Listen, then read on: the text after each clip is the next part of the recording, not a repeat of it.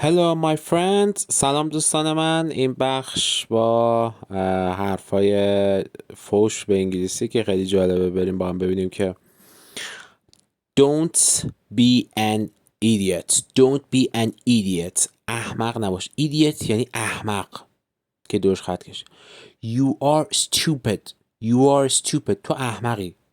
Stupid هم یعنی احمق که الان دوش خط کشیدیم. Stupid. You are stupid. Don't be silly. Don't be silly. احمق نباش. Don't be silly. Silly هم یعنی احمق اینجا. Airhead. Airhead. سر به هوا. Airhead. Ass kisser. Ass kisser. یعنی پاچه خار.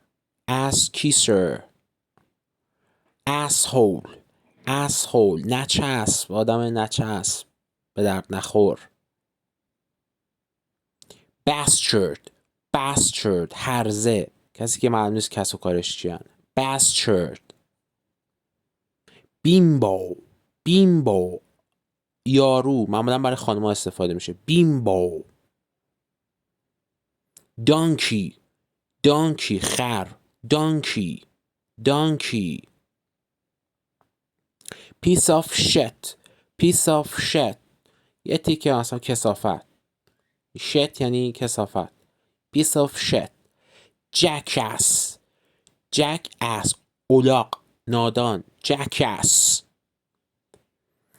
Don't put a hat on my head. Don't put a hat on my head. سرم کلاه نذار.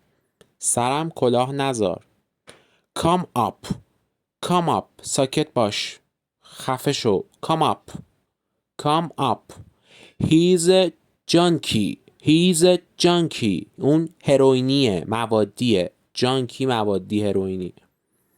Keep your mouth shut. Keep your mouth shut. دهنتو ببند. Keep your mouth shut. دهنتو ببند. خفه شو. It is a disaster. It is a disaster. فاجعه است. بدبختیه. It is a disaster. None of your business. None of your business. به تو ربطی نداره. None of your business. Son of a bitch. Son of a bitch. هرزه. کسی که کس و کارش مشخص نیست. Son of a bitch. Corrupt. Corrupt. فاسد. Corrupt. One in the eye for you. One in the eye for you. به کوری چشم تو. One in the eye for you. به کوری چشم تو. Thanks for watching. ممنون که تماشا کردید. قسمت 2 رو منتظر باشید که در خدمتتونم.